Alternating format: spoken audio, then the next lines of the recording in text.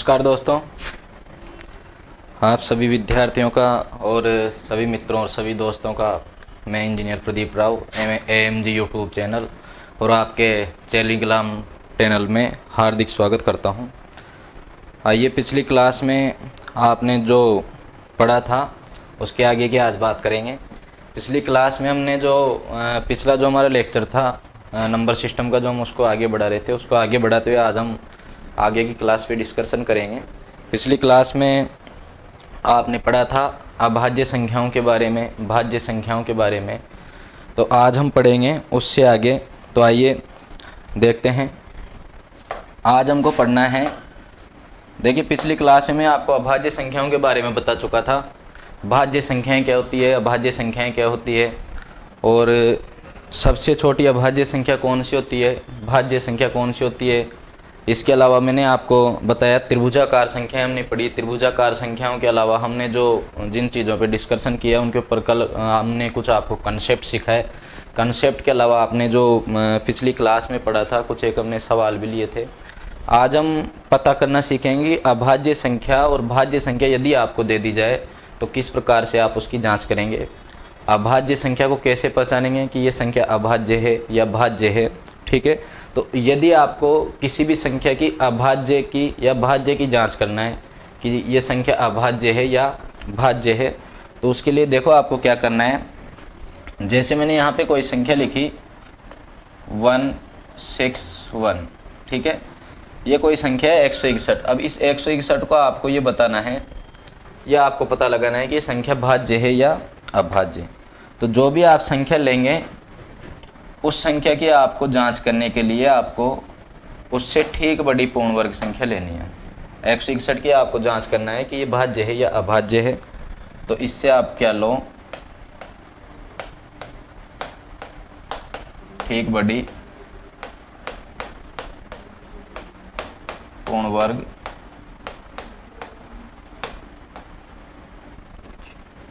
संख्या। आपके दिमाग में कोई भी आप ठीक बड़ी पूर्ण वर्ग संख्या लेके आइए। 161 से ठीक बड़ी पूर्ण वर्ग संख्या आप सभी जानते होंगे क्या होती है। 12 का जो वर्ग होता है हमारा वो 144 होता है। 13 का वर्ग जो होता है वो 169 होता है, 169 होता है। यानी 161 से बड़ी ठीक बड़ी पूर्ण वर्ग जो संख्या होगी आपके वो होगी 169, ठीक है। जिस संख्या की आपको जांच करनी है उसे ठीक बड़ी पूर्ण वर्ग संख्या लिखिए और वह किस संख्या का वर्ग है। बताओ 169 किसका वर्ग है? 13 का, ठीक है। वह जिस संख्या का वर्ग है आप उसको लिखिए और उससे सभी छोटी अभाज्य संख्याएं लिखिए। 13 से सभी छोटी अभाज्य संख्याएं लिखो। तो आप लिखोगे 2, फिर उसके बाद आपका आएगा 3, 5, 7 और 11। सबसे पहले आप ठीक बड़ी पूर्ण वर्ग संख्या लीजिए। जिस संख्या की आपको भाज्य है या अभाज्य है उसकी जांच करनी है। उस पूर्ण वर्ग संख्या वह किसका वर्ग है वो आपको लिखना है और उसके बाद में उससे छोटी सारी की सारी अभाज्य संख्या आपको लिखनी है। अब प्रत्येक अभाज्य संख्या का इसमें भाग लगाएंगे। देखिए अगर किसी भी अभाज्य संख्या का भाग चला गया तो ये संख्या क्या है? भाज्य है। और यदि इन सभी में से किसी भी अभाज्य संख्या का भाग नहीं गया तो ये कौन सी संख्या होगी? बोलो, अभाज्य संख्या होगी। आइए सबसे पहले 2 का भाग लगाओगे आप, तो 2 का भाग इसमें नहीं जाएगा, आप सभी जानते हैं, क्योंकि का एक अंक क्या है? 1 है। 3 का भाग लगाएंगे तो 3 पंजे 15, इसमें 3 का भाग भी नहीं जाएगा। 5 का भाग लगाइए, 5 से डिविजिबल नहीं होगी। 7 का यदि आप इसमें भाग लगाओगे तो देखिए 7 का भाग आप इसमें लगाओगे, 7 दूनी 14, कितना बचेगा? बोलो, 2 बचेगा, 21 हो जाएगा। और 7 तिया 21, यानी इस संख्या में किसका भाग चला गया? 7 का। तो 161 जो संख्या होगी वो कौन सी संख्या हो जाएगी? आपके भाज्य संख्या।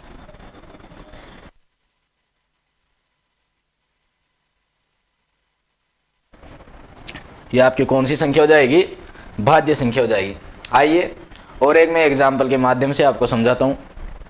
एक और एग्जाम्पल ले लेते हैं दूसरा। जैसे मैंने लिखा है यहाँ पे 371।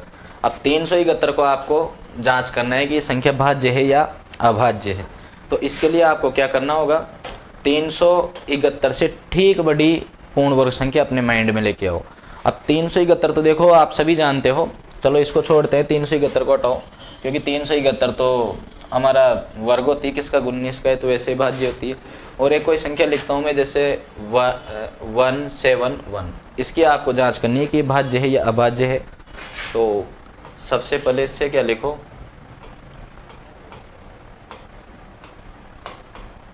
ठीक बड़ी पूर्ण वर्ग संख्या, ठीक बड़ी पूर्ण वर्ग संख्या लिखेंगे इससे। अब बताओ 171 से ठीक बड़ी पूर्ण वर्ग संख्या लिखोगे तो क्या लिखोगे, 13 का वर्ग आपका कितना हो गया, 13 का वर्ग कितना हो गया आपका 169, 169। तो 13 का वर्ग आपका 169 होता है, तो 13 का वर्ग जो 169 होता है आपका 171 से छोटा हो गया। 171 से ठीक बड़ी पूर्ण वर्ग संख्या आपको लेके आनी है। तो 13 के बाद कौन सी संख्या आती है, 14, और 14 का वर्ग कितना होता है आपका 196। ठीक है, 196 आपका किसका वर्ग है, 14 का, तो यहां लिखो 14। और इस 14 से 14 से छोटी सभी अभाज्य संख्याएं लिखे, बताओ कौन सी होगी, 2, 3, 5, 7 और आपकी 11, और ये हो जाएगी आपकी 13। प्रत्येक अभाज्य संख्या का इसमें भाग लगाइए 171 में। यदि किसी भी अभाज्य संख्या का भाग चला गया तो ये संख्या क्या होगी, भाज्य होगी, नहीं तो ये संख्या क्या होगी, अभाज्य। 2 का भाग लगाइए, 2 का भाग नहीं जाएगा इसमें, बताओ 2 का भाग जाएगा क्या इसमें, तो 2 का भाग नहीं जाएगा। 3 का भाग लगाइए, 7 रेख 8 रेख 9, 3 का भाग आप इसमें लगाओगे तो 3 का भाग इसमें चला जाएगा। 3 का भाग आप इसमें लगाओगे, देखो अंकों का योग कितना हो रहा है, 9 हो रहा है, 3 पंजे 15, कितना बचेगा 2, 3 का भाग इसमें चला गया। तो ये जो संख्या है, ये वाली आपके जो संख्या है वो भी कौन सी हो जाएगी, भाज्य संख्या। ये भी आपके कौन सी हो जाएगी, भाज्य संख्या।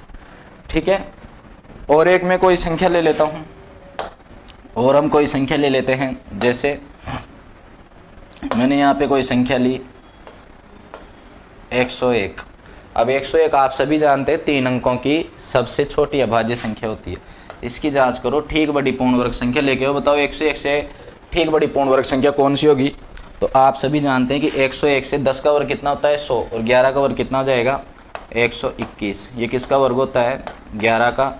11 से छोटी सभी अभाज्य संख्याएं लिखिए, तो आप लिखोगे 2, 3, 5, 7 और एक तो 11 हो ही गई। क्या 2 का भाग इसमें जाएगा, बताओ 2 का भाग जाएगा क्या, 2 का भाग इसमें नहीं जाएगा। 3 का जाएगा क्या, नहीं जाएगा। 5 का जाएगा क्या, नहीं जाएगा। 7 का जाएगा क्या, नहीं जाएगा। स्वयं 11 का जाएगा क्या, नहीं जाएगा। तो आप क्या कहोगे कि 101 कौन सी संख्या है, बोलो अभाज्य संख्या। ठीक है, मुझे उम्मीद है दोस्तों आपको यहां तक की बात समझ में आई होगी। ठीक है, यदि आपको किसी भी संख्या की जांच करनी है कि वह संख्या अभाज्य है या भाज्य है, तो सबसे पहले आपको संख्या लिखनी है।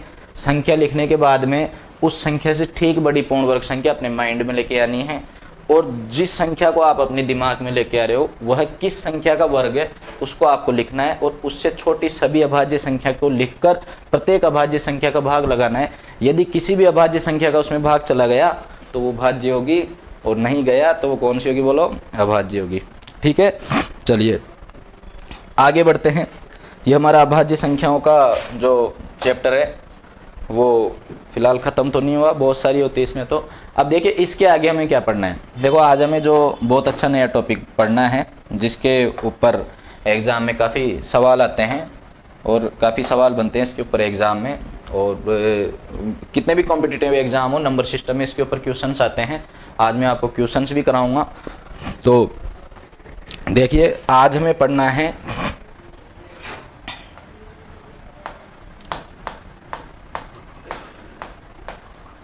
संख्या के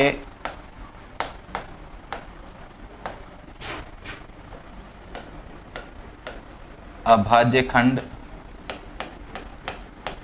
ज्ञात करना। संख्या के अभाज्य खंड ज्ञात करना आज का हमारा जो मेन टॉपिक रहेगा ये रहेगा। ठीक है, संख्या के अभाज्य खंड ज्ञात करना, prime factorisation of a number. किसी भी संख्या के अभाज्य खंड कैसे ज्ञात करेंगे, किसी भी संख्या के जो अभाज्य खंड होते हैं, प्राइम फैक्टर है, वो क्या होते हैं उसके बारे में हम जानेंगे। तो देखना, आइए जैसे कोई भी संख्या है, आपको इसके नाम से पता चल रहा होगा अभाज्य खंड। ठीक है, नाम से आपको पता चल रहा होगा अभाज्य खंड। अभाज्य का मतलब आपका क्या होता है, आप सभी जानते हो। अभाज्य संख्या मैंने आपको पढ़ा दी। अभाज्य संख्याएं, खंड का मतलब हो जाएगा आपका टुकड़े करना, मतलब छोटी छोटी अभाज्य संख्याओं को गुणा के रूप में टुकड़े करना, अर्थात छोटी छोटी अभाज्य किसी भी संख्याओं को छोटी छोटी अभाज्य संख्याओं के गुणा के रूप में टुकड़े करके उनको तोड़ना ही क्या कहलाता है, आपका संख्या के अभाज्य खंड करना कहलाता है। जैसे मैं आपको मान लीजिए मैंने कोई यहां पर संख्या ली 10, ठीक है। अब आप मुझे बताइए इस 10 को मैं किस प्रकार से दो अभाज्य संख्याओं के रूप में गुणा के रूप में लिख सकता हूं, तोड़ सकता हूं। तो मैं इसको लिख सकता हूं 2 गुणा 5, दोनों को गुणा करेंगे वापस 5 दूनी क्या आ जाएगा, बोलो 10 आ जाएगा। यानी इस 10 को मैंने दो अभाज्य संख्याओं के गुणा के रूप में तोड़ लिया। सबसे पहली संख्या लिखी मैंने 2, उसके बाद में क्या लिखा 5, यानी दो अभाज्य संख्याओं के गुणा के रूप में हम 10 को तोड़ सकते हैं। तो ये 2 और 5 ये दोनों ही इसके क्या कहलाएंगे, अभाज्य खंड कहलाएंगे, प्राइम फैक्टर कहलाएंगे। यानी 10 के कितने प्राइम फैक्टर हो गए, 2 प्राइम फैक्टर हो गए, ठीक है। जैसे मैंने यहाँ पे मान लीजिए और कोई संख्या लिखी 40, ठीक है, या इसका बाद में लेंगे, पहले हम छोटी संख्या ले लेते हैं। जैसे मैंने कोई संख्या लिखी 21, ठीक है। अब आप मुझे बताइए 21 को आप किन अभाज्य संख्याओं के गुणा के रूप में तोड़ सकते हो। तो आप कहोगे सर 21 को हम लिख सकते हैं 3 गुणा 7, बताओ क्या हो गया, 7 या 21, यानी 3 और 7 दोनों अभाज्य संख्याएं हैं, 3 भी अभाज्य संख्या है, 7 भी अभाज्य संख्या है। 21 को आपने 3 गुणा 7 यानी दो अभाज्य संख्याओं के गुणा के रूप में तोड़ दिया। तो 3 और 7 इसके क्या कहलाएंगे, प्राइम फैक्टर कहलाएंगे, अभाज्य खंड कहलाएंगे। आइए तो इसके अभाज्य खंड कितने हो गए बोलो, इसके ये दो अभाज्य खंड हो गए, कौन कौन से, 3 और 7, यानी 3 और 7 दो संख्याओं को गुणा के रूप में आप इसको लिख सकते हो। तो दो इसके क्या हो गए, अभाज्य खंड हो गए, ठीक है। अब अभाज्य खंड इसके ये हो गए, तो अभाज्य खंड निकालते कैसे हैं। तो जैसे मैंने यहाँ पे मैं आपके यहाँ कोई सवाल लिख रहा हूँ, सवाल के माध्यम से मैं आपको समझाने का प्रयास करता हूँ।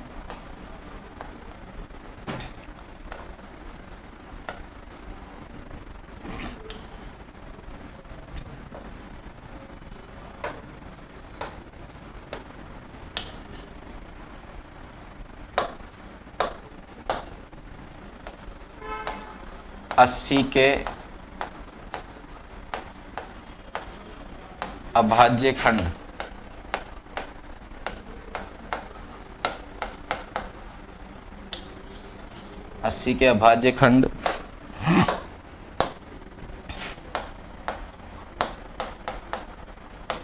कितने होंगे, 80 के अभाज्य खंड कितने होंगे।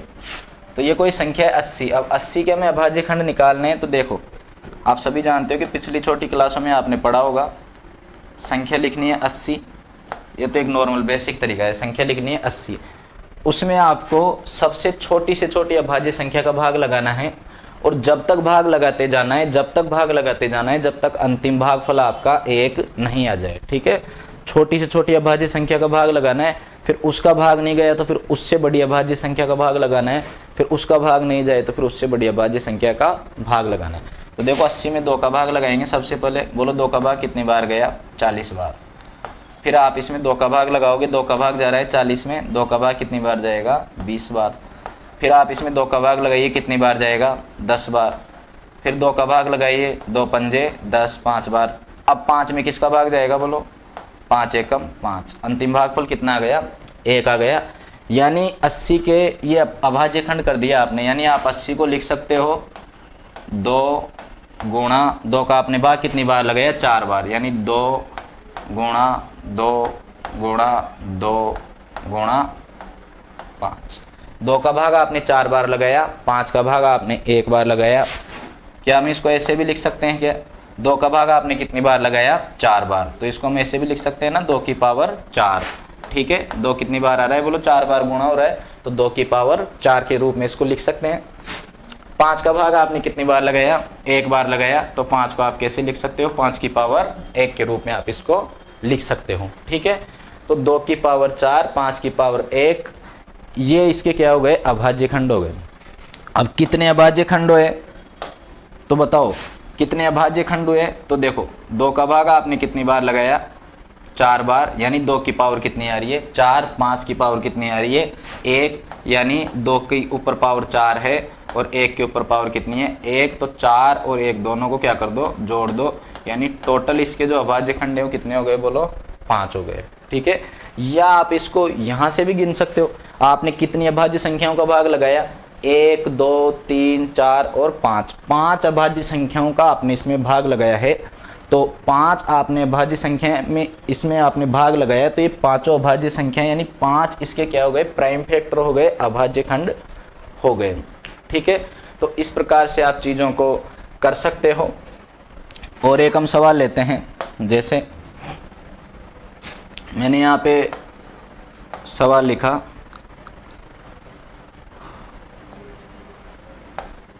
$340 के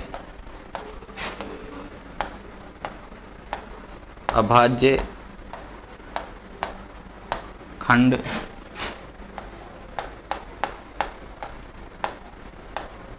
बताइए। 340 के अभाज्य खंड बताइए। तो आइए 340 के आपको अभाज्य खंड बताना है, तो सबसे पहले क्या करेंगे? 340 के अभाज्य खंड करो। तो यहां लिख रहा हूं मैं, ये मैंने लिखा 340। ठीक है, अब इस 340 में आपको सबसे छोटी से छोटी अभाज्य संख्या का भाग लगाना है। ठीक है, सबसे छोटी से छोटी अभाज्य संख्या कौन सी होती है? बोलो 2। पहले कंफर्म करो कि 2 का भाग जा रहा है कि इसमें? देखो इकाई अंक यहाँ पे क्या है? 0, तो 2 का भाग जाएगा, बिल्कुल जाएगा। 2 का भाग लगाओ, ये आपका 2 एकम 2, कितना बचेगा? बोलो 1, 2, 7, 14 और ये 0 का 0, 170 बार गया। फिर 2 का भाग जाएगा, लगाइए, बताओ 2 का भाग कितनी बार जाएगा? ये आपका जाएगा 17 में भाग लगाओगे 2 का, तो बताओ 17 में यदि 2 का भाग लगाओ कितनी बार जाएगा? 8, 2 × 16, 1 बचेगा, 10 हो जाएंगे, 2 पंजे 10, 85 बार इसमें भाग गया आपका। ठीक है, अब आप इसमें बताओ 2 का भाग जा रहा है कि इसमें? 2 का भाग नहीं जाएगा। 2 से बड़ी अभाज्य संख्या कौन सी होती है? बोलो 3 होती है। 3 का भाग लगाकर इसमें देखिए 3 का भाग जाएगा। देखो 8 और 5 13, अंकों का योग 13 हो रहा है, 3 का भाग नहीं जाएगा। अब 3 से बड़ी वाली अभाज्य संख्या कौन सी हो गई? 5, तो 5 का भाग लगाओ इसमें। 5 का भाग कितनी बार गया? 17 बार। 17 5 85। 17 स्वयं एक अभाज्य संख्या है, 17 में किसी का भाग नहीं जाएगा, केवल 17 का ही जाएगा। तो 17 में 17 का ही भाग जाएगा, 17 एकम 17। तो ये इसके अभाज्य खंड हो गए। आपने 340 के अभाज्य खंड कर दिए। बोलो कितने हो गए? 2 गुणा कितना हो गया? 5 × 17। ठीक है, आप इसको यूं भी लिख सकते हो। 2 का भाग कितनी बार लगाया आपने? 2 बार, तो 2 की पावर 2। 5 का भाग कितनी बार लगाया? 1 बार, तो 5 की पावर 1। 17 का भाग कितनी बार लगाया? 1 बार, तो 17 की पावर 1। ठीक है, बताओ 2 का भाग आपने 2 बार लगाया, 5 का भाग 1 बार, 17 का भाग आपने 1 बार लगाया। ठीक है, तो इसको आप इस प्रकार से भी लिख सकते हैं। आइए थोड़ा सा यहां में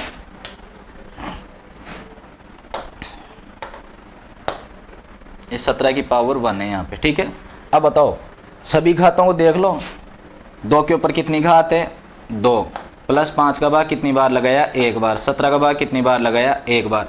तो ये आपका हो गया 2, 1 3, 3 और 1 कितना हो गया? बोलो 4 हो गया। ठीक है, यानी आपने इसमें 340 के जो प्राइम फैक्टर है, अभाज्य खंड है, वो कितने हो गए? बोलो 4 हो गए। यानी आपने 4 अभाज्य संख्याओं का इसमें क्या लगाया है? भाग लगाया है। अभाज्य संख्याओं का 4 बार भाग लगाया है आपने इसमें। हालांकि इसमें आपने 2 का कितनी बार भाग लगाया है? 2 बार। ठीक है, 5 का कितनी बार भाग लगाया? 1 बार। 17 का कितनी बार भाग लगाया? 1 बार भाग लगाया। तो आपने इसमें 4 बार अभाज्य संख्याओं का भाग लगाया है। ठीक है, तो ये इसके क्या हो गए? अभाज्य खंड हो गए, प्राइम फैक्टर हो गए। मुझे उम्मीद है आपको ये बात समझ में आई होगी। अगर आपको ये बात समझ में आई है तो हम इसके आगे बढ़ते हैं और आगे देखें मैं किस प्रकार का टॉपिक पढ़ना है। आइए, जब हम इसके आगे बढ़ेंगे तो देखना, अब हमें जो टॉपिक पढ़ना है अभाज्य खंड करना, प्राइम फैक्टराइजेशन करना, मैं आपको सिखा चुका हूं। इसकी प्रैक्टिस आपको खुद से करनी है, सवाल लिखने हैं, जितने भी आपको सवाल मिलेंगे उसकी आपको प्रैक्टिस करनी है। आइए, अब हमें जो पढ़ना है वो पढ़ना है हमें किसी भी संख्या के भाजक या गुणनखंडों की संख्या ज्ञात करना। समझना इधर,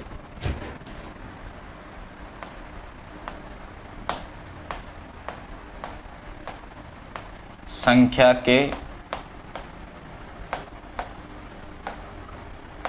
भाजक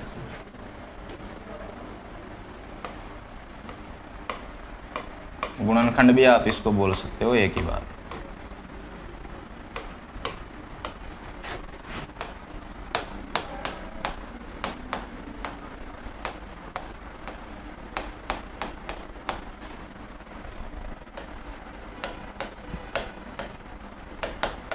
अगला टॉपिक ये रहेगा आपका संख्या के भाजक गुणनखंडों की संख्या ज्ञात करना।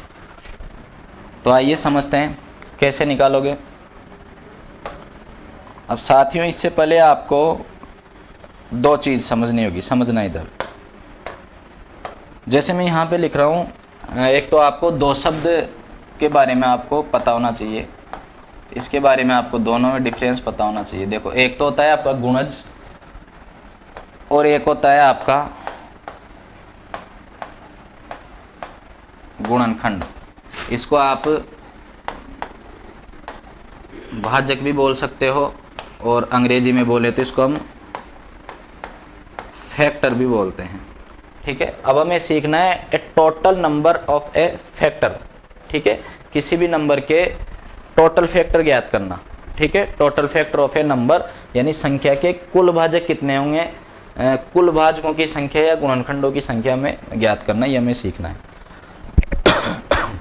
ठीक है, तो देखना इधर, देखो गुणज क्या होता है, गुणनखंड क्या होता है, दोनों में आपको अंतर पता होना चाहिए। पहले गुणज का मतलब क्या है, देखो गुणज का मतलब है गुण, गुण यानी आपका गुणा, और ज का मतलब होता है आपका जन्म लेने वाला, यानी गुणा के रूप में जन्मी हुई संख्याएं। वह संख्या जो किसी संख्या से गुणा के रूप में जन्मती है या गुणा के रूप में उसका जन्म होता है, वो उसका क्या कहलाती है, गुणज कहलाती है। दूसरे शब्दों में अगर इसको हम कहें तो इस गुणज को हम किसी संख्या का पहाड़ा भी बोल सकते हैं, किसी संख्या का पहाड़ा भी बोल सकते हैं, और इसको हम किसी संख्या का अपवर्त्य भी बोल सकते हैं। किसी संख्या का इसको हम अपवर्त्य भी बोल सकते हैं।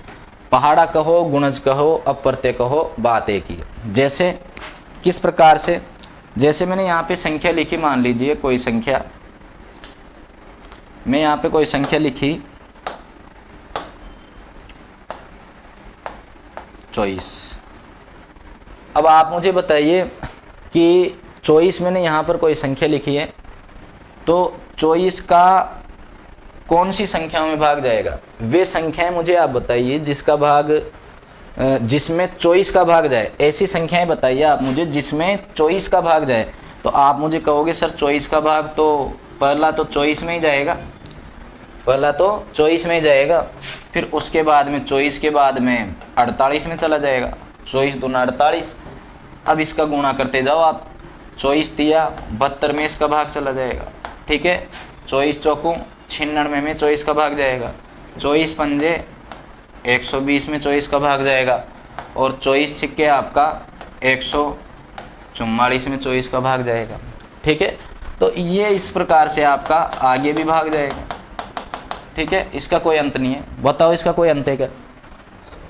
24 का भाग लगाते रहो आप, और आगे भी संख्या इसके मल्टीपल आते जाएंगे। ठीक है, अंग्रेजी में अगर हम इसको बोले तो इसको हम अंग्रेजी में बोलते हैं मल्टीपल। ठीक है, अंग्रेजी में हम इसको बोलते हैं मल्टीपल, यानी 24 का 24 में, 48 में, 72 में, 96 में, 120 में, इन सभी संख्याओं में भाग जाएगा। तो ये सभी संख्याएं इस 24 के क्या हो गई, गुणज हो गई। ये सभी संख्याएं इसके क्या हो गई, बोलो, गुणज हो गई, मल्टीपल हो गई, अपवर्त्य आप कर सकते हो, उसको पहाड़ा बोल सकते हो। यानी कोई भी संख्या का जितनी संख्याओं में भाग जाएगा, या जितनी संख्याओं में कोई भी संख्या का भाग जाता है, या कोई भी संख्या का पहाड़ा मान लो, वह उस संख्या के क्या कहलाते हैं, गुणज कहलाते हैं। ठीक है, यानी ये कोई संख्या है और इस संख्या का जितनी संख्याओं में भाग जाएगा, जितनी संख्याओं को ये पूर्ण विभाजित करेगी, 24 जितनी संख्याओं को पूर्ण विभाजित करेगा और जितनी संख्याओं में 24 का भाग जाएगा, वे सारी की सारी जो संख्या होगी वो क्या कहलाएगी, 24 के गुणज कहलाएगी, मल्टीपल कहलाएगी, अपवर्त्य आप उसको बोल सकते हो, पहाड़ा आप उसको बोल सकते हो। ठीक है। और किसी भी संख्या के जो गुणज होते हैं वो अनंत होते हैं, किसी भी संख्या के गुणज का कोई अंत नहीं है, क्योंकि 24 का प्रथम गुणज 24 हो गया, 24 का द्वितीय गुणज 2 से गुणा करने पर 48 आएगा, तृतीय गुणज इसका 72 हो गया, चौथा गुणज 96 हो गया। अब आप इसको करते ही जाओ, 24 को आप किसी भी संख्या से गुणा करो, जैसे 24 को आप 15 से गुणा करोगे तो 15वां गुणज क्या होगा, कुछ ना कुछ निकल के आएगा। ठीक है। तो इस प्रकार से किसी भी संख्या के गुणज का कोई अंत नहीं है। तो 24 के गुणज हो गए। अब समझना, अब हम समझते हैं गुणनखंड या भाजक क्या होता है। ठीक है। अब जैसे आप मुझे बताइए, मैं आपसे पूछूं कि ऐसी संख्याएं मुझे बताओ जिनका 24 में भाग पूरा पूरा जाए, ऐसी संख्याएं मुझे आप बताइए जिनका 24 में भाग पूरा पूरा जाए। तो आप कहोगे सर 24 में सबसे पहले तो 1 आ गया, 1 का भाग सभी में जाता है, यह तो यूनिक फैक्टर है। ठीक है। मैं आपको पहले भी बता चुका हूं जब मैंने भाज्य और अभाज्य के बारे में आपको सिखाया था, एक यूनिक फैक्टर होता है तो 1 का भाग तो सभी में जाएगा। तो 1 का गया, 1 के अलावा 24 में किसका भाग जाएगा, बोलो 2 का भाग जाएगा, 2 के अलावा किसका जाएगा, 3 का जाएगा। आप कहो सर और किसका भाग जाएगा, तो बोलो 4 का भाग जाएगा, 4 के बाद किसका जाएगा, 5 का नहीं जाएगा, फिर किसका जाएगा, 6 का। 24 में 7 का भाग नहीं जाता, 8 का भाग जाएगा, 9 का जाएगा क्या, बोलो नहीं जाएगा, 10 का जाएगा क्या, नहीं जाएगा, 11 का भी नहीं जाएगा, फिर किसका भाग जाएगा, बोलो 12 का भाग जाएगा, 13 का जाएगा क्या, नहीं जाएगा, 14 का जाएगा क्या, नहीं, 15, 16, 17, 18, 19, 20, 21, 22, 23 और लास्ट में 24। ठीक है। यानी 24 में 1 का, 2 का, 3 का, 4 का, 6 का, 8 का, 12 का और 24 का, इनका भाग पूरा पूरा जाएगा। ठीक है। यानी तो ये जो सभी संख्याएं हैं, यानी ये जो सभी संख्याएं जो 24 को पूर्ण विभाजित कर रही है, यानी 24 में जिनका भाग जा रहा है, वो इसके क्या 24 के क्या कहलाएंगे, गुणनखंड कहलाएंगे, भाजक कहलाएंगे, फैक्टर कहलाएंगे। इनको हम गुणनखंड भी बोल सकते हैं, भाजक भी बोल सकते हैं, अंग्रेजी में बोले तो फैक्टर भी इसको हम बोल सकते हैं। ठीक है। यहां तक की बात आपके समझ में आई होगी। यानी कोई भी संख्या कुल जितनी संख्याओं से विभाजित होती है, कोई भी संख्या कुल जितनी संख्याओं से पूर्ण विभाजित होती है, वो उसके क्या कहलाते हैं, गुणनखंड, भाजक या फैक्टर। ठीक है। और कोई भी संख्या का कुल जितनी संख्याओं में भाग जाता है, कोई भी संख्या का कुल जितनी संख्याओं में भाग जाता है या कुल जितनी संख्याओं को वो विभाजित करती है, वो उसके क्या कहलाते हैं, गुणज कहलाते हैं। किसी भी संख्या के गुणज फिक्स नहीं होते, किसी भी संख्या के जो गुणज होते हैं, जो उसके मल्टीपल होते हैं, वो अनंत होते हैं, उनका कोई अंत नहीं होता। लेकिन किसी भी संख्या के जो गुणनखंड, भाजक या फैक्टर होते हैं, वो क्या होते हैं, फिक्स होते हैं। बताओ 24 में इन संख्याओं का भाग जा रहा है, तो आप कहोगे कि 24 के जो गुणनखंड है, 24 के जो भाजक है, वो बताओ 24 के भाजक कितने हो गए। तो आप कहोगे 1 का भाग गया, 1, 2, 3, 4, 5, 6, 7, 8, यानी 8 संख्याएं ऐसी है जो 24 को पूर्ण विभाजित कर रही है। 24 में 8 संख्याओं का पूरा पूरा भाग जाता है, तो ये 8 संख्याएं क्या हो गई, इसकी भाजक हो गई, गुणनखंड हो गए, फैक्टर हो गए। ठीक है। यानी 8 इसके गुणनखंड हो गए। तो इसीलिए आप सभी जानते हो कि गुणज जो होते हैं वो अनंत होते हैं, तो गुणज को ज्ञात करना संभव नहीं है, कितने गुणज होंगे। भाजक और किसी भी संख्या के जो गुणनखंड होते हैं, फैक्टर होते हैं, वो फिक्स होते हैं, एक उनकी सीमित सीमा होती है, लिमिट होती है। तो इसीलिए अब हमें सीखना है कि किसी भी संख्या के कितने भाजक होंगे, कितने उसके फैक्टर होंगे। यहाँ ये जो मैंने आपको डिफरेंस बताया, मुझे उम्मीद है ये बात आपके समझ में आई होगी। अगर ये आपके बात समझ में आई है तो अब हम इसके बढ़ते हैं आगे। आइए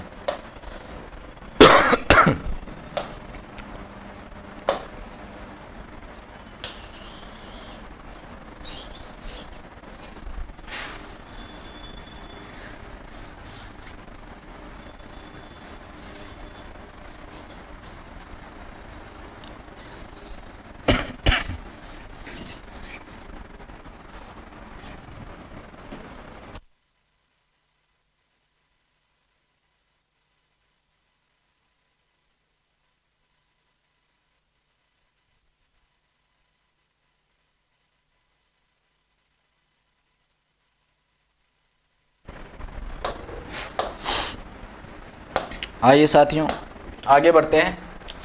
किसी भी संख्या के गुणज क्या होते हैं, भाजक क्या होते हैं, उसके बारे में मैंने आपको बता दिया। अब मैं सवालों के माध्यम से आपको समझाता हूं। जैसे मैंने सवाल लिखा,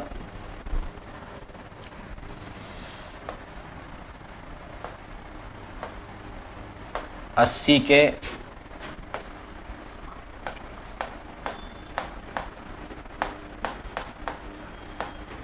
कुल कितने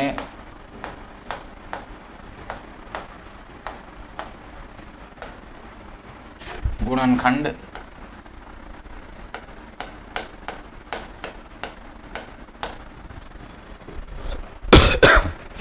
अस्सी के कुल कितने गुणनखंड होंगे। तो 80 के कुल कितने गुणनखंड होंगे। अब 80 के कौन कौन से गुणनखंड होंगे, यानी जिन संख्याओं का भाग 80 में जाएगा वे सभी संख्याएं जो 80 को पूर्ण विभाजित करेगी वही उसके क्या कहलाएंगे, गुणनखंड या भाजक कहलाएंगे। तो आइए अब आप मुझे बताइए कि 80 में कौन कौन सी संख्याओं का भाग जाएगा। तो आप कहोगे सर 80 में 1 का भाग जाएगा। सबसे पहले तो 1 के बाद में फिर 80 में किसका भाग जाएगा, 2 का भाग जाएगा। 80 में 2 का भाग जाएगा। और बताओ 80 में किसका भाग जाएगा, 3 का जाएगा क्या, नहीं जाएगा। 4 का भाग जाएगा क्या, बोलो, बिल्कुल जाएगा। और 80 में किसका भाग जाएगा, 5 का भी जाएगा। और 80 में किसका भाग जाएगा, 6 का जाएगा क्या, नहीं जाएगा। 7 का, 8 का भाग जाएगा, 8 दाई 80। 8 के अलावा किसका भाग जाएगा, इसमें 10 का भी भाग जाएगा। 8 का भाग 10 बार जाएगा तो 10 का 8 बार जाएगा। और किसका भाग जाएगा, बोलो, 11 का जाएगा क्या, 12 का नहीं जाएगा, 13, 14, 15 नहीं जाएगा। अब किसका भाग जाएगा, 16 का। 16 पंजे 80। 16 के बाद 80 में किसका भाग जाएगा, 20 का जाएगा। 20 चौकू 80। और फिर 20 के बाद में किसका भाग जाएगा, बोलो, 40 का भाग जाएगा। और एक स्वयं 80 का भाग जाएगा। ठीक है, यानी 80 में इन संख्याओं का भाग पूरा पूरा जाएगा। तो बताओ कितनी संख्याएं हो गई है, 1, 2, 3, 4, 5, 6, 7, 8, 9 और 10। ये जो कुल संख्याएं हैं ये कितनी हो गई, 10। यानी 10 80 के क्या हो गए, टोटल नंबर ऑफ फैक्टर्स हो गए। यानी 10 80 के क्या हो गए, भाजक हो गए। 80 के 10 कुल भाजक हो गए। और ये 10 जो भाजक है 80 के, 10 संख्याएं ऐसी है जो 80 को पूर्ण विभाजित करती है। ठीक है, लेकिन क्या एग्जाम में ऐसे भाग लगा के देखेंगे कि 80 में कौन कौन सी संख्याओं को भाग जाएगा, तो ये तो हमारा बहुत समय खा जाएगी। अब हमें तो एग्जाम में समय की बचत करनी है, बिल्कुल सवाल को बिल्कुल आपको 10 से 20 सेकंड में उड़ाना है, लास्ट 30 सेकंड मिलते हैं आपको एग्जाम में।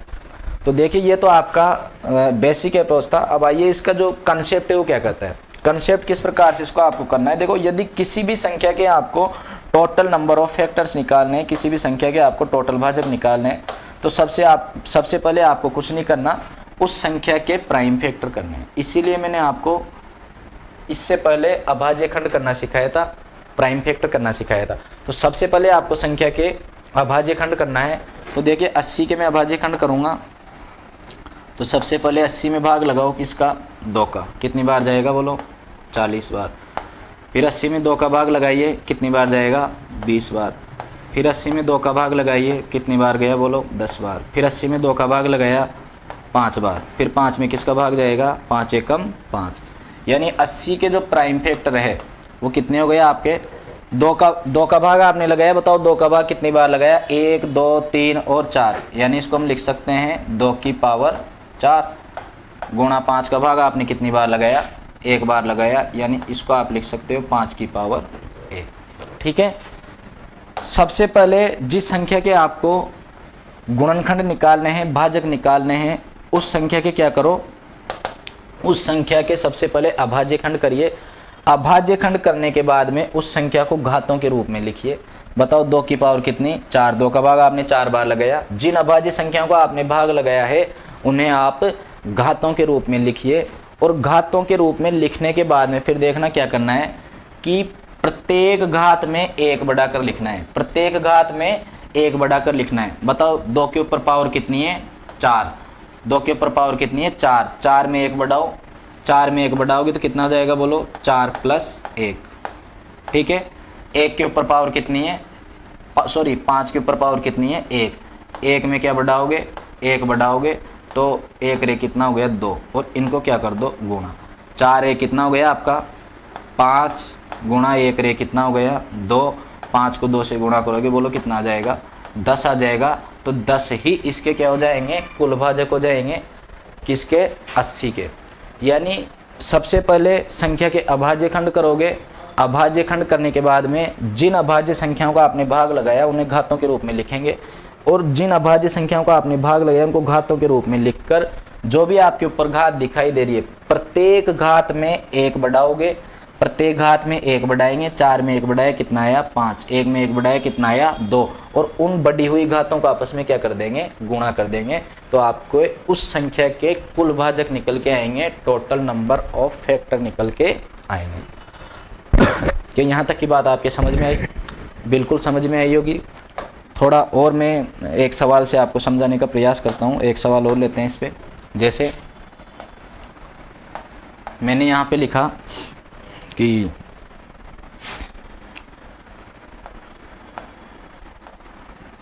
1080 के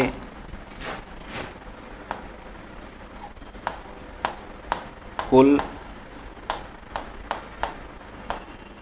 कितने भाजक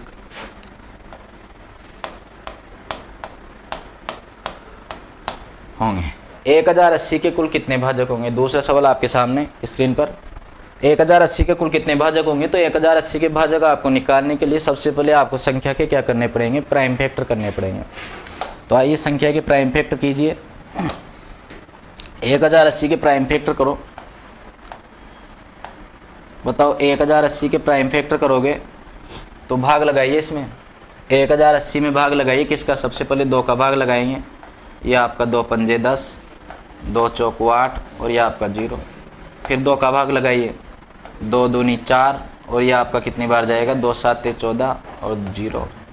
फिर 2 का भाग लगाइए, बोलो 2 का भाग कितनी बार जाएगा, 2 एकम 2, और ये आपका हो जाएगा 2 तिया 6 और 2 पंजे 10। अब किसका भाग जाएगा, 2 का भाग नहीं जाएगा। अब आप लगाइए 3 का भाग, बोलो कितनी बार जाएगा, 3 चौक 12, 3 पंजे 15, 45 बार। फिर 3 का भाग लगाइए 15 बार। फिर 3 का भाग लगाएंगे, 5 तिया 15, और फिर 5 का भाग लगा दो, 5 एकम 5। यानी 1080 के प्राइम फैक्टर जो निकल के आएंगे आपके, वो निकल के आएंगे, लिख लो। सबसे पहले 1080 के अभाज्य खंड करिए, प्राइम फैक्टर कितने हो गए इसके, 2 का भाग आपने कितनी बार लगाया, 3 बार। यानी 2 को आप लिख सकते हो 2 की पावर 3। 3 का भाग आपने कितनी बार लगाया, 1 2 और 3, यानी इसको आप लिख सकते हो गुणा 3 की पावर 3। ठीक है, 5 का भाग आपने कितनी बार लगाया, 1 बार, तो इसको हम लिख सकते हैं 5 की पावर 1। ठीक है, सबसे पहले संख्या के प्राइम फैक्टर कीजिए, अभाज्य खंड कीजिए, जिस संख्या के आपको कुल भाजक निकालने हैं। ठीक है, अब उसके अभाज्य खंड करने के बाद में जिन अभाज्य संख्याओं का आपने भाग लगाया उनको घातों के रूप में लिखो, और घातों के रूप में लिखने के बाद जिन अभाज्य संख्याओं को आपने घातों के रूप में लिखा है उसकी प्रत्येक घात में 1 1 बढ़ाओ और सभी को आपस में क्या कर लो, गुणा कर लो। देखो यहाँ पर घात कितनी है, 2 के ऊपर 3 घात है, 3 में 1 बढ़ाओ कितना आएगा, 4। 3 में 1 बढ़ाओ कितना आएगा, बोलो 4। 5 के ऊपर पावर कितनी है, 1। 1 में 1 बढ़ाओ कितना आएगा, 2। सभी को आपस में गुणा कर लो, 4 चौको 16, 16 दूना कितना हो जाएगा, बोलो 32। यानी 32 इसके कुल भाजक निकल के आएंगे, टोटल फैक्टर निकल के आएंगे किसके, 1080 के। ठीक है दोस्तों, मुझे उम्मीद है आपको यहां तक की बात समझ में आई होगी कि किसी भी संख्या के हम टोटल भाजक, कुल भाजक किस प्रकार से ज्ञात करेंगे। ठीक है, आइए आगे बढ़ते हैं।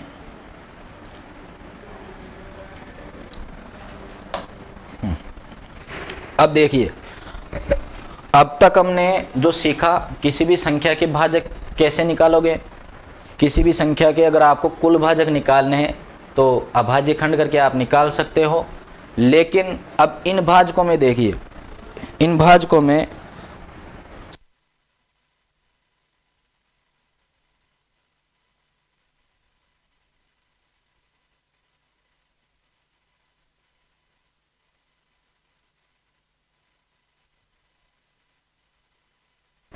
आइए,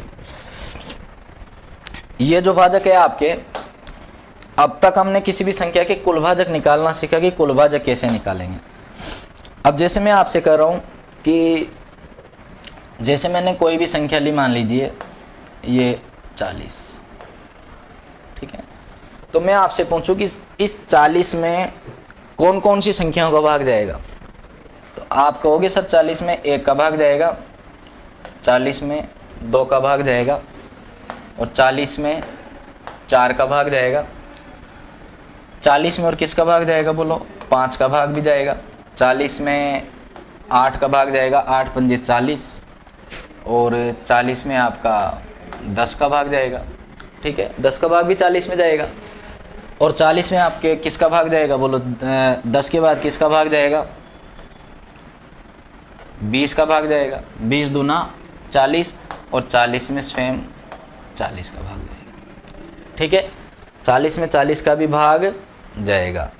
तो यानी ये जो संख्या है 40, मैं आपसे पूछूं कि इसके कुल भाजक कितने हो गए, तो आप कहोगे आप इसमें 1 2 3 4 5 6 7 8 संख्याओं का इसमें पूरा पूरा भाग जा रहा है, तो इसके जो टोटल नंबर ऑफ फैक्टर यानी टोटल जो भाजक हो गए इसके कितने हो गए बोलो, 8 हो गए, ठीक है, 8 संख्याओं का इसमें पूरा पूरा भाग जा रहा है, तो इसके टोटल जो भाजक हो गए वो कितने हो गए, 8 हो गए। आइए आगे बढ़ते हैं। अब मैं आपसे कहूं कि आप मुझे बताइए, आप थोड़ा इनको देखिए, देखो आप 1 को देखिए, 5 को देखिए, ठीक है, 1 को 5 को, इन दोनों संख्याओं को देखिए, ये दोनों संख्याएं आपको कौन सी नजर आ रही है, आप कहोगे सर ये तो दोनों विषम संख्या है।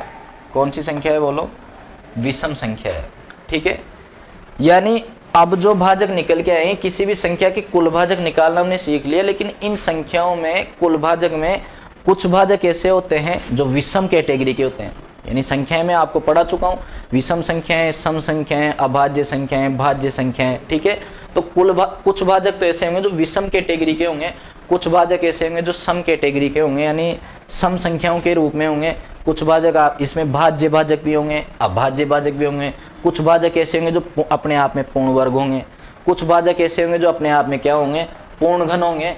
तो इस प्रकार से कई प्रकार के इसमें अलग अलग भाजक निकल के आएंगे, तो वो हमें कैसे ज्ञात करना है वो मैं आपको समझाने का प्रयास कर रहा हूं।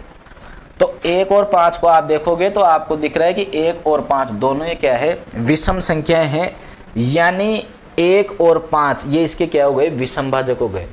विषम भाजक कितने हो गए इसके, 1 और 5 कितने विषम भाजक हुए इसके, 2।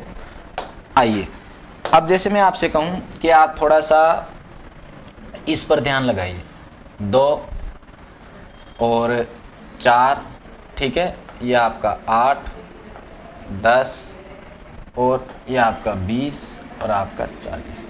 इन संख्याओं को यदि आप देखोगे तो आप कहोगे कि सर ये तो कौन सी संख्याएं हैं, तो आप कहोगे सर ये तो सम संख्याएं।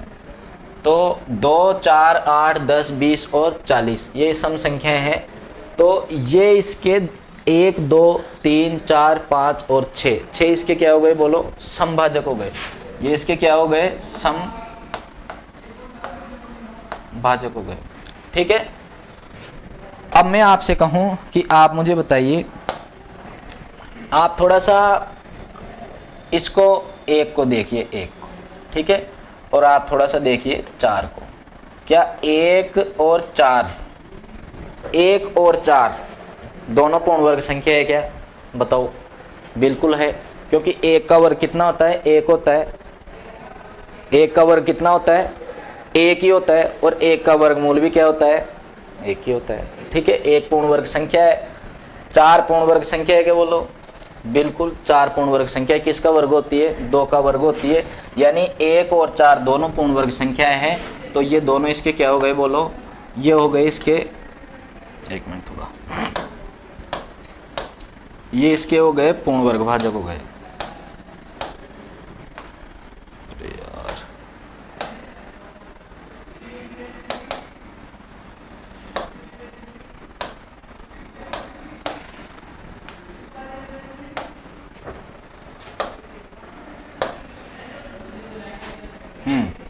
ये इसके क्या हो गए, पूर्ण वर्ग। पूर्ण वर्ग भाजक हो गए इसके 1 और 4। ठीक है, 1 और 4 इसके पूर्ण वर्ग भाजक हो गए। अब देखिए इधर 1 और 4 इसके क्या हो गए, पूर्ण वर्ग भाजक हो गए। अब मैं आपसे कहूं कि आप इसको देखो, ये थोड़ा सा आप इसको देखो, 1 को देखिए और आप इसको 8 को देखिए। ठीक है, 1 और 8 को आप देखिए। 1 और 8 बताओ एक पूर्ण घन संख्या है क्या? आप कहोगे सर बिल्कुल एक पूर्ण घन संख्या है। एक पूर्ण वर्ग भी होता है, एक पूर्ण घन भी होता है। ठीक है, एक का घन करने पर भी एक ही आएगा, एक का वर्ग करने पर भी एक ही आएगा, एक का वर्गमूल भी एक ही होता है, एक का घनमूल भी एक ही होता है। तो एक पूर्ण घन भी है और पूर्ण वर्ग भी है, ध्यान रखना। 8 जो आपको संख्या दिखाई दे रही है वो पूर्ण घन संख्या है क्या? तो बिल्कुल पूर्ण घन है। 8 किसका घन होता है बोलो? 2 का घन। 2 का क्यूब हम करते हैं तो 8 आता है। तो यानी 1 और 8 ये दोनों इसके कौन से भाजक हो गए बोलो? ये दोनों इसके भाजक हो गए कौन से? पूर्ण घन भाजक। पूर्ण घन भाजक, ये दो इसके पूर्ण घन भाजक हो गए 1 और 8। यानी ये इसके पूर्ण घन भाजक हो गए, ये इसके विषम भाजक हो गए, ये इसके समभाजक हो गए, ये इसके पूर्ण वर्ग भाजक हो गए। ठीक है, अब मैं बात करूं आपसे कि ध्यान देना इधर, आप इस पे थोड़ा ध्यान दीजिए कि जैसे यहां पर आपको कोई संख्या दिखाई दे रही है, एक तो 2 दिखाई दे रहा है आपको और एक ये 5। इन दोनों को आप देखो थोड़ा ध्यान से, तो क्या 2 और 5 अभाज्य संख्या है क्या? बताओ 2 और 5 अभाज्य संख्या है क्या? तो बिल्कुल 2 और 5 अभाज्य संख्याएं हैं। तो 2 और 5 अभाज्य संख्या है, तो ये 2 और 5 ये दोनों आपके कौन से भाजक हो गए बोलो? अभाज्य भाजक हो गए। ठीक है, ये आपके अभाज्य भाजक हो गए। और इसके अलावा आपको इसमें भाज्य भाजक भी दिखाई दे रहे होंगे, 10, 20, 40, 8, 4, 2, ये सभी इसके क्या है? सॉरी 2 नहीं, 4, 8, 10, 20, 40 जो भाज्य संख्याएं हैं आपकी, वो इसके भाज्य भाजक हो गए। यानी मैं आपको समझाना यूं चाह रहा हूं, कहना ये चाह रहा हूं कि किसी भी संख्या के जो कुल भाजक होते हैं, उन भाजकों में किसी भी संख्या के पूर्ण वर्ग भाजक भी हो सकते हैं, पूर्ण घन भाजक भी हो सकते हैं, समभाजक भी हो सकते हैं, विषम भाजक भी हो सकते हैं, अभाज्य भाजक भी हो सकते हैं, भाज्य भाजक भी हो सकते हैं। तो उनके बारे में हमको डिस्कशन करना है और आगे का हमारा जो चैप्टर रहेगा वो यही रहेगा।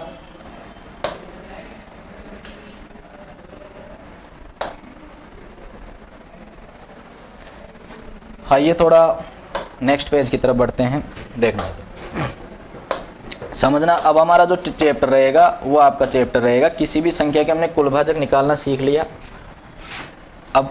अब जो टॉपिक रहेगा वो रहेगा हमारा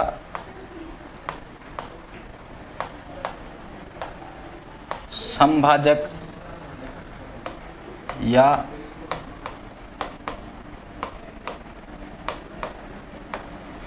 विषम भाजक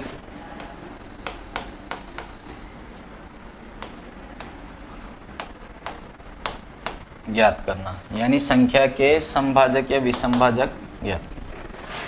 तो देखना इधर, किसी भी संख्या के समभाजक या विषम भाजक कैसे ज्ञात करेंगे, आइए समझना।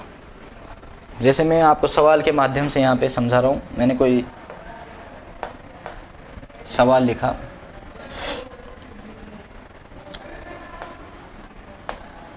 दो 240 के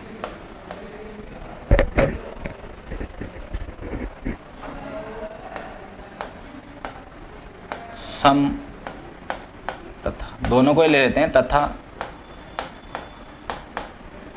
विषम भाजक बताइए। 240 के सम तथा विषम भाजक बताइए। तो देखना 240 के सम और विषम भाजक कैसे निकालोगे, वही काम हमारा। सबसे पहले संख्या के क्या करोगे, प्राइम फैक्टर। ठीक है, संख्या के सबसे पहले प्राइम फैक्टर करेंगे। 240 लिखिए, इसके अभाज्य खंड करिए, 2 का भाग लगाइए, 2 एकम 2, 2 दूनी 4, 120 बार आपका भाग गया। फिर 2 का भाग लगाओ, 60 दूना 120, फिर 2 का भाग लगाइए आप 30 बार, फिर 2 का भाग लगाइए 15 बार, फिर 3 का भाग लगाइए 5 बार, फिर 5 का भाग लगाओगे 1 बार। जितनी अभाज्य संख्याओं का आपने भाग लगाया उनको घातों के रूप में लिख लीजिए। बताओ 2 का भाग कितनी बार लगाया, 3 बार, तो आप इसको लिखोगे 2 की पावर 3। गुणा 2 का भाग आपने कितनी बार लगाया है? 4 बार लगाया है ना। 1 मिनट,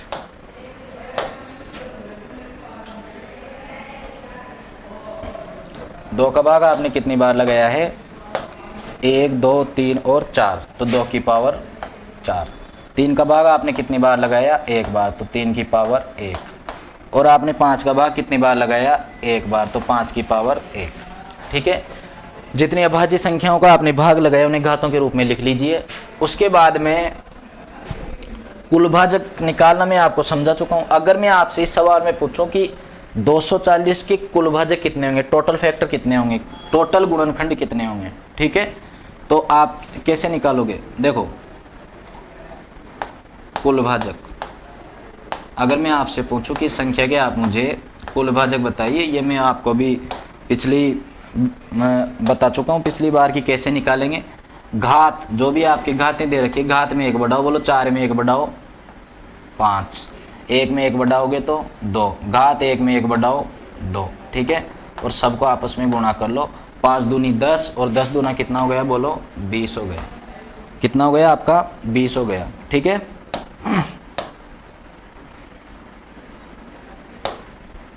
ये आपका 20 हो गया। 1 मिनट, थोड़ा सा, 5 दूनी 10 और 10 दूना 20, ये बराबर में आपका कितना आ गया? 20। इसके क्या हो गए? बोलो कुल भाजक आ गए। अब मैं आपसे पूछूं कि आप मुझे इस संख्या के समभाजक बताइए। आप मुझे इस संख्या के समभाजक बताओ, तो बताओ समभाजक कैसे निकालोगे? अब देखना इधर, किसी भी संख्या के समभाजक यदि आपको निकालने हैं तो सबसे पहले संख्या के अभाज्य खंड कीजिए। जिन अभाज्य संख्याओं का आपने भाग लगाया उन्हें आप घातों के रूप में लिख लीजिए। घातों के रूप में मैंने यहां पर लिख दिया। घातों के रूप में लिखने के बाद में आप क्या करो कि जिन अभाज्य संख्याओं का आपने भाग लगाया उनको घातों के रूप में लिखो, ठीक है। अगर आपको किसी भी संख्या के समभाजक ज्ञात करने, तो देखो 2 के ऊपर जो पावर दिख रही है आपको कितनी दिख रही है? 4। 2 के ऊपर लगी हुई घात को, 2 के ऊपर लगी हुई घात को ज्यों का त्यों रखेंगे, ठीक है। 2 के ऊपर जो घात लगी हुई है उसको ज्यों का त्यों रखेंगे। बताओ 2 के ऊपर कितनी पावर है? 4। तो 4 को आप ऐसे ही लिखोगे, 4 को 4 ही लिखोगे, इसको घात नहीं बढ़ाना। 2 के ऊपर रखी हुई पावर को ज्यों का त्यों रखेंगे, और 2 के अलावा जितनी भी अभाज्य संख्या हैं उनकी पावर में, उनकी घात में 1 1 बढ़ाएंगे। 1 में 1 बढ़ाओ कितना? 2। यहाँ पे पावर कितनी है? 1, 1 में 1 बढ़ाएंगे तो 2, और सभी को आपस में क्या कर लो? गुणा। 4 दूनी 8 और 8 दूनी कितना हो गया आपका? 16। यानी 16 इसके क्या हो गए? समभाजक हो गए इसके, ठीक है। 2 के ऊपर रखी हुई घात को ज्यों का त्यों रखेंगे, और 2 के अलावा जितनी भी अभाज्य संख्याएं हैं उनकी प्रत्येक अभाज्य संख्याओं की घातों को 1 1 बढ़ाकर लिखेंगे और आपस में गुणा कर लेंगे, तो आपके क्या आ जाएगा? समभाजक निकल कर आ जाएगा, ठीक है। आइए अब विषम भाजक निकालना है आपको।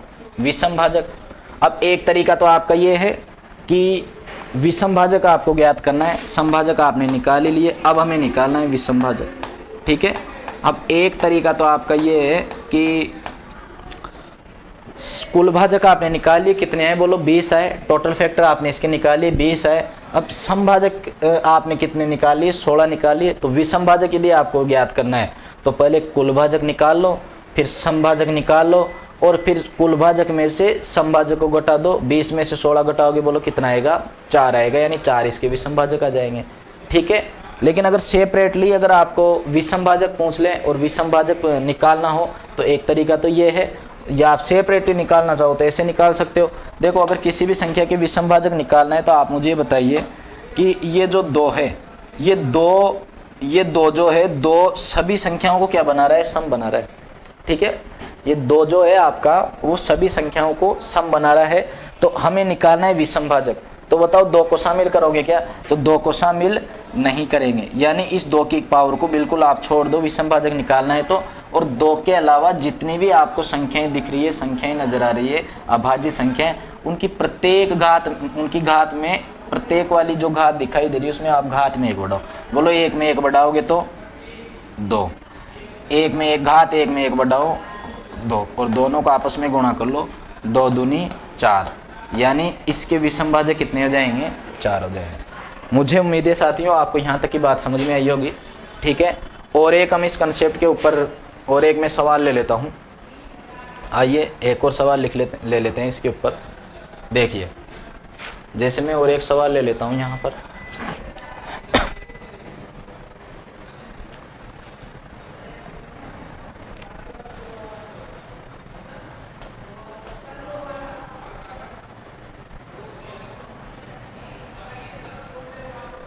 एक हजार अस्सी के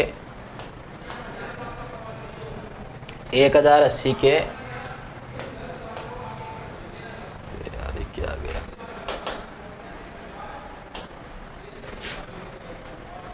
सम तथा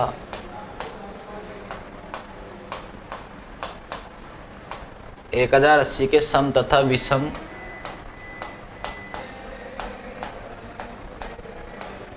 गुणनखंड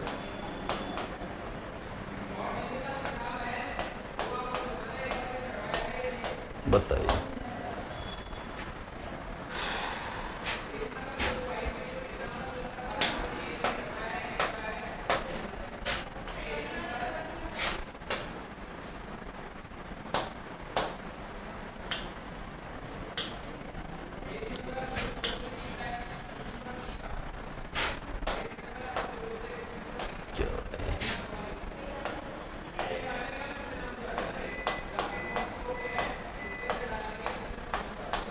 ठीक है, 1080 के आपको सम तथा विषम गुणनखंड बताने हैं। तो देखना ये जो संख्या लिखी हुई है 1080, सबसे पहले आप 1080 के प्राइम फैक्टर करो। अब देखो मैं 1080 के प्राइम फैक्टर डायरेक्टली कर रहा हूं और आपको भी ये तरीका सीखना है डायरेक्टली यदि आप किसी संख्या के प्राइम फैक्टर कैसे करोगे। हालांकि आप ऐसे भी कर सकते हो, इसमें कोई दिक्कत वाली बात नहीं है। अब देखो इस 1080 में से मैंने 10 को बाहर निकाल लिया। अब ये लग गया 108। 108 में मैंने 2 का भाग लगाया, कितनी बार जाएगा बोलो, 54 बार। ठीक है, फिर 2 का भाग मैंने कितनी बार, फिर 54 में फिर 2 का भाग लगाएंगे, कितनी बार जाएगा, 27 बार। यानी 2 का भाग मैंने कितनी बार लगा दिया, 2 बार। ठीक है, यानी 2 की पावर 2, और जो 10 हमारा बच रहा है उस 10 को मैं लिख सकता हूं 2 गुणा 5, यानी 1 उधर 2 आ जाएगा, यानी 2 की पावर 3 गुणा 27 को मैं लिख सकता हूं 3 की पावर 3 और 5 की पावर 1। ठीक है, ये इसके अभाज्य खंड हो गए। आप कर लेना किस प्रकार से होंगे। आप इसको यूं भी कर सकते हो, देखिए इस प्रकार भी आप देखो इसको कर सकते हो, कोई दिक्कत वाली बात नहीं। फिलहाल आपको दिक्कत आ रही है तो ये 1080 लिखेंगे, आप इसमें भाग लगाइए 2 का, ये 2 पंजे 10, 2 चौको 8, ये आपका 540।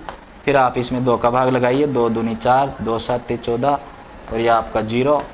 फिर 2 का भाग लगाइए इसमें, 2 एकम 2, ये आपका 2 तिया 6, 2 पंजे 10। अब 3 का भाग लगाइए इसमें, 45 बार जाएगा। फिर 3 का भाग लगा दो, ये आपका 15 तिया 45। फिर 3 का भाग लगा दीजिए, 3 पंजे 15। फिर 5 का भाग लगा दीजिए, 5 एकम 5। ठीक है, 2 का भाग आपने 3 बार लगाया, 3 का भाग आपने 3 बार लगाया, और 5 का भाग कितनी बार लगाया बोलो, 1 बार। तो 2 की पावर 3, 3 की पावर 3 और 5 की पावर 1। ये इसके क्या हो गए बोलो, अभाज्य खंड हो गए। मैं आपसे पूछूं इसके समभाजक कितने होंगे। मैंने आपसे पूछा कि आप मुझे बताइए कि इसके समभाजक कितने होंगे, तो बताओ। अब समभाजक इसके बताओ कितने होंगे। समभाजक के लिए मैंने क्या सिखाया आपको कि 2 के ऊपर लगी हुई घात को ज्यों का त्यों रखेंगे। बताओ 2 के ऊपर घात कितनी है, 3, तो यहां रखो 3। उसके बाद में 2 के ऊपर रखी हुई घात को ज्यों का त्यों रखेंगे, और शेष बची सभी घातों को प्रत्येक को 1 1 बढ़ाकर लिखेंगे।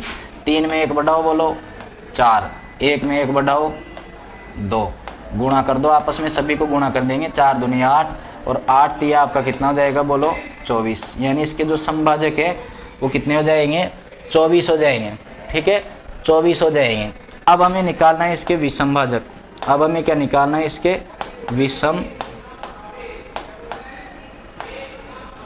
भाजक। आइए, विषम भाजक आपको इसके निकालना है, विषम भाजक ज्ञात करना है। तो विषम भाजक के लिए मैंने आपको क्या सिखाया कि 2 की घात को शामिल नहीं करना है, क्योंकि 2 तो सम है ना, आप सभी जानते हो, इतनी सी बात नॉर्मली बात है। 2 की घात को शामिल नहीं करना, और जितनी भी घात शेष घातें बची हुई है उसमें आप क्या कर दो, घात में 1 बढ़ा दो। बताओ 3 में 1 बढ़ाओगे तो 4, फिर 1 में 1 बढ़ाओ 2, दोनों को आपस में गुणा कर दो, 4 दूनी 8, इसके क्या आ जाएंगे, आपके विषम भाजक निकल कर आ जाएंगे। ठीक है दोस्तों, तो यहाँ तक मुझे उम्मीद है आपके समझ में आया होगा। समभाजक निकालना, विषम भाजक निकालना, किसी भी संख्या के समभाजक कितने होते हैं, विषम भाजक कितने होते हैं, ये चैप्टर आपके समझ में आया होगा। ठीक है, आइए थोड़ा और आगे बढ़ते हैं। ठीक है, अब जैसे मान लीजिए मैं आपको बोल रहा हूं कि किसी भी संख्या के समभाजक निकालना हमने सीख लिया, विषम भाजक कितने होते हैं वो आपने सीख लिए। अब किसी भी संख्या के अभाज्य भाजक भी तो होते हैं। ठीक है, किसी भी संख्या के अभाज्य भाजक भी होते हैं और संख्या के भाज्य भाजक भी होते हैं। ठीक है, तो देखना इधर, मैं सवाल के माध्यम से हम उसको समझते हैं। अब मैं यहां सवाल लिख रहा हूं कोई,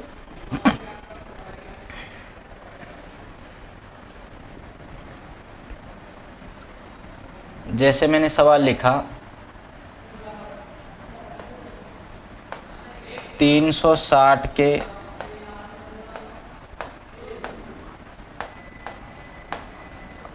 अभाज्य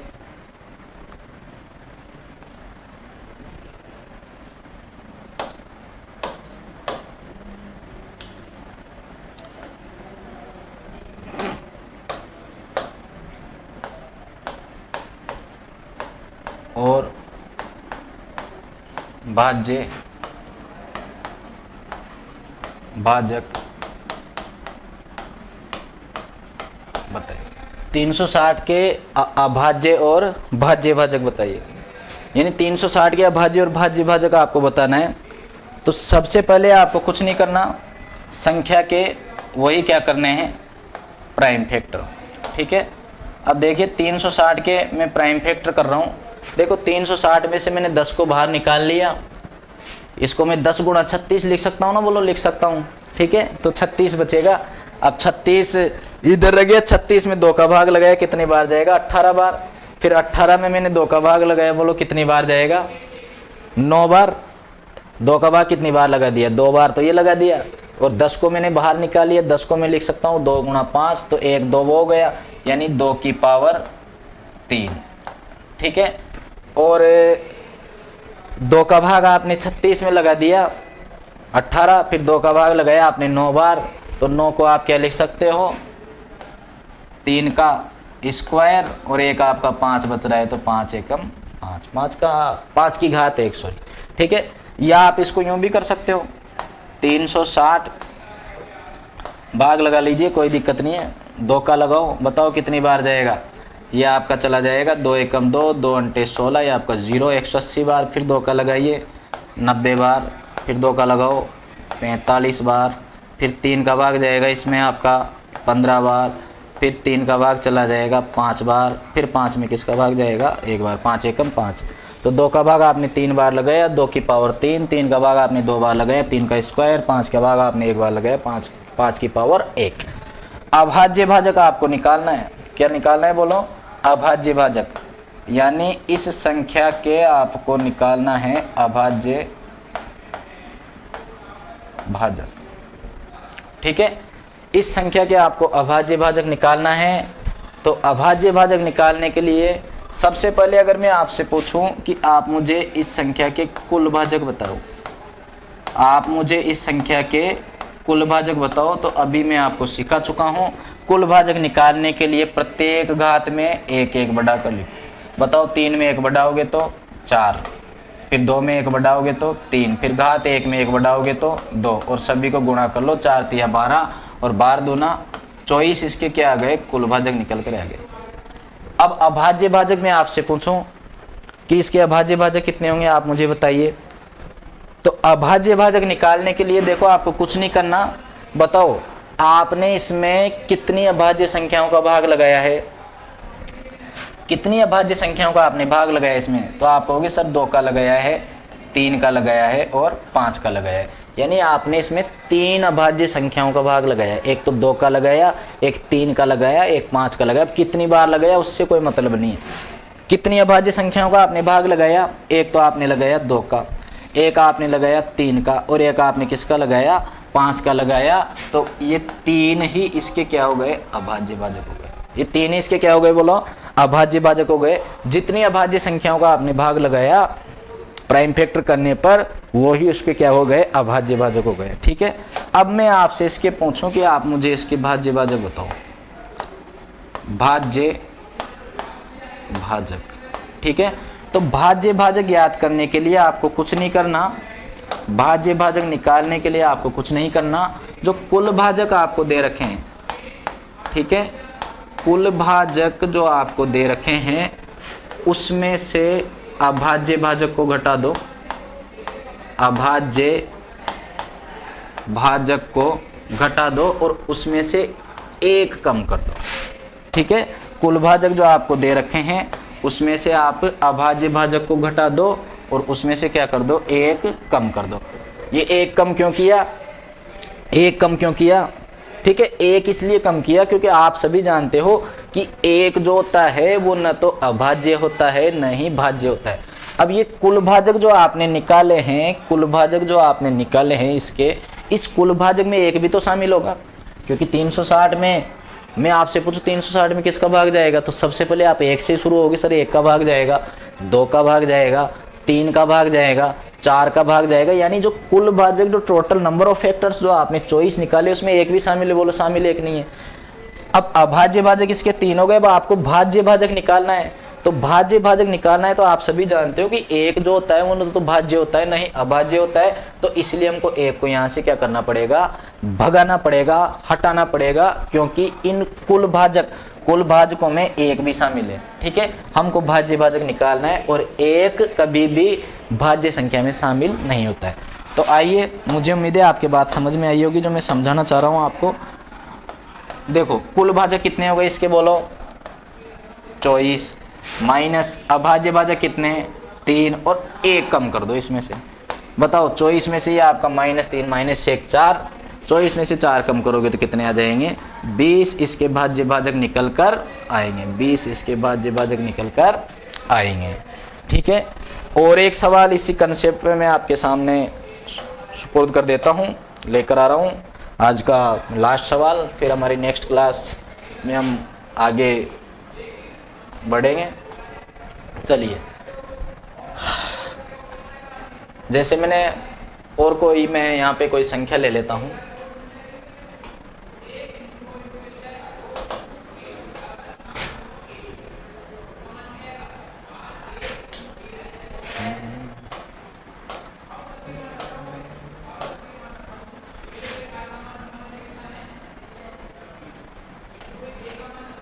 $2160 के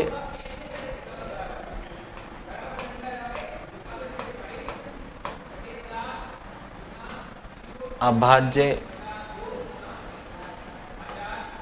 ये इसको थोड़ा मैं चेंज कर देता हूं सवाल को, 1 मिनट रुकना। अभाज्य भाजक हमने निकाल लिया कि 2160 के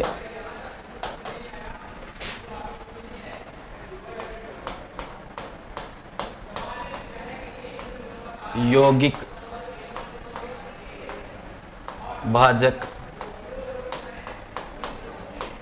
कितने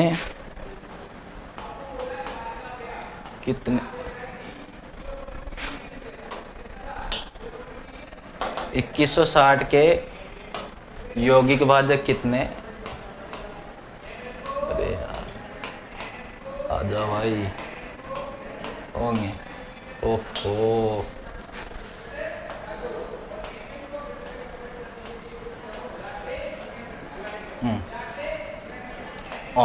ठीक है, 2160 के यौगिक भाजक कितने होंगे। तो आइए 2160 के यौगिक भाजक निकालना है। अब यौगिक, देखो यौगिक का मतलब मैं आपको पहले ही समझा चुका हूं, जरूरी नहीं हो भाज्य भाजक ही दे। मैंने आपको अभाज्य संख्याएं भाज्य संख्याएं पढ़ाई, इसमें मैं आपको बता चुका हूं कि भाज्य संख्याओं को यौगिक संख्याएं भी बोला जाता है, संयुक्त संख्याएं, मिश्रित संख्याएं, द्वितीयक संख्याएं, ये सभी उसके नाम होते हैं। तो नाम आपको ध्यान रखना है। तो यौगिक का मतलब भाज्य भाजक निकालना है। तो आइए सबसे पहले वही काम हमारा 2160 के आपको क्या करना है, अभाज्य खंड करने हैं। तो बताओ 21 को 60 के अभाज्य खंड करेंगे। तो देखो 2160 के अभाज्य खंड कर रहा हूं मैं यहाँ पे। अब आप अपने हिसाब से कर लेना, मेरे पास इतनी स्क्रीन पर इसमें जगह है नहीं तो मैं डायरेक्टली कर देता हूँ। 2160 के अभाज्य खंड करेंगे, 10 को मैंने इसमें से बाहर निकाल लिया। 216 में मैं 2 का भाग लगाऊंगा, एक बार मैंने 216 में 2 का भाग लगाया तो बताओ कितनी बार जाएगा, 108 बार। ठीक है, फिर 2 का भाग लगाया कितनी बार गया बोलो, 54 बार। ठीक है, फिर 2 का भाग लगाया कितनी बार गया बोलो, 27 बार। ठीक है, 2 का भाग मैंने 3 बार लगा दिया और उस 10 में से 10 को मैं लिख सकता हूँ 2 गुणा 5, तो 1 2 उधर से आ जाएगा, नहीं 2 का भाग कितनी बार लगा दिया, 4 बार। ठीक है, 27 जो था उसको मैं लिख सकता हूँ 3 का क्यू, 3 की पावर 3 और 5 की पावर 1। ये प्राइम फैक्टर कर दिए मैंने इसके। ठीक है, 2160 के आपको यौगिक भाजक निकालना है तो सबसे पहले तो आपको इसके क्या निकालने पड़ेंगे, कुल भाजक। बताओ सबसे पहले आपको इसके क्या निकालने पड़ेंगे, कुल भाजक निकालने पड़ेंगे। कुल भाजक यदि आपको इसके निकालना है तो मैंने आपको क्या सिखाया कि प्रत्येक घात में 1 बढ़ाओ, 4 में 1 बढ़ाओ, बोलो कितना हो जाएगा 5, 3 में 1 बढ़ाओ 4, 1 में 1 बढ़ाओ 2, 5 गुणा 4 गुणा 2, सभी को आपस में गुणा कर दो, 5 चौको 20 और 20 दूना कितना हो गया आपका, बताओ कितना आ जाएगा, 5 चौको 20 और 20 दूना 60, यानी 60 इसके क्या आ गए, कुल भाजक, टोटल नंबर ऑफ फैक्टर्स निकल के आ गए। ठीक है, अब मैं इसके हमें निकालना है यौगिक भाजक। क्या निकालना है बोलो, यौगिक भाजक। तो यौगिक भाजक निकालना है तो यौगिक भाजक के लिए सबसे पहले आपको अभाज्य भाजक पता होना चाहिए। अभाज्य भाजक कितने होंगे इसके, तो बताओ इसके अभाज्य भाजक कितने हो जाएंगे। आपने कितनी अभाज्य संख्याओं का इसमें भाग लगाया, तो आप कहोगे सर 2 का भाग लगाया, 3 का लगाया, 5 का लगाया, यानी हमने इसमें 3 अभाज्य संख्याओं का भाग लगाया तो 3 इसके क्या हो गए, अभाज्य भाजक हो गए। अब हमें इसके अभाज्य भाजक तो निकाल ही लिए, अब मुझे इसके निकालना है भाज्य भाजक। क्या निकालना है, भाज्य भाजक या यौगिक भाजक, बात एक ही है। ठीक है, भाज्य भाजक या यौगिक भाजक। तो भाज्य भाजक या यौगिक भाजक इसके निकालोगे तो मैंने आपको क्या सिखाया, कुल भाजक, कुल भाजक में से किसको कम कर दो, अभाज्य भाजक कितने बोलो 3 और उसमें से 1 कम कर दो। बताओ 3 रे कितना हो जाएगा, माइनस के 4, 60 में से 4 कम करोगे तो कितना आ जाएगा आपका 56 आ जाएगा, और 56 इसके क्या हो जाएंगे, यौगिक भाजक हो जाएंगे। ठीक है साथियों, आपको मुझे उम्मीद है यहाँ तक की बात जो हमने आज पढ़ी, जो हमने स्टडी किया वो आपके समझ में आया होगा। और आज हमने सीखा संख्याओं के प्राइम फैक्टराइजेशन करना, अभाज्य खंड करना, संख्याओं के टोटल नंबर ऑफ फैक्टर्स, भाजक निकालना, और उन भाजकों में भी समभाजक कैसे होते हैं वो कैसे निकालते हैं, विषम भाजक कैसे होते हैं, संख्याओं के अभाज्य भाजक कितने होंगे, उन संख्याओं में भाज्य भाजक कितने होंगे, यहाँ तक हमने स्टडी किया। नेक्स्ट जो क्लास रहेगी हमारी उसमें मैं आपको सिखाऊंगा कि किसी भी संख्या में पूर्ण वर्ग भाजक कैसे निकालोगे, पूर्ण घन भाजक कैसे निकालोगे, कितने भाजक पूर्ण वर्ग होंगे, कितने भाजक पूर्ण घन होंगे, कितने भाजक ऐसे होंगे जो पूर्ण वर्ग और पूर्ण घन दोनों कैटेगरी के होंगे। तो उसके लिए आपको देखनी होगी अगली क्लास। जब तक आप जो मैंने आपको सवाल बताया उनको आप प्रैक्टिस करिएगा। ठीक है, और अगली हमारी जो लाइव क्लास रहेगी, जो रिकॉर्ड क्लास रहेगी यूट्यूब पर, वो इसी के ऊपर रहेगी, पूर्ण वर्ग या पूर्ण घन भाजक, और मैं आपके लिए नए नए कंसेप्ट लेके आऊँगा। जब तक अगर आपको आज की क्लास अगर पसंद आई तो वीडियो को प्लीज़ लाइक करना, वीडियो को आगे शेयर करना और कमेंट करना। जब तक के लिए आप सभी का धन्यवाद। राम राम, नमस्कार, गुड बाय।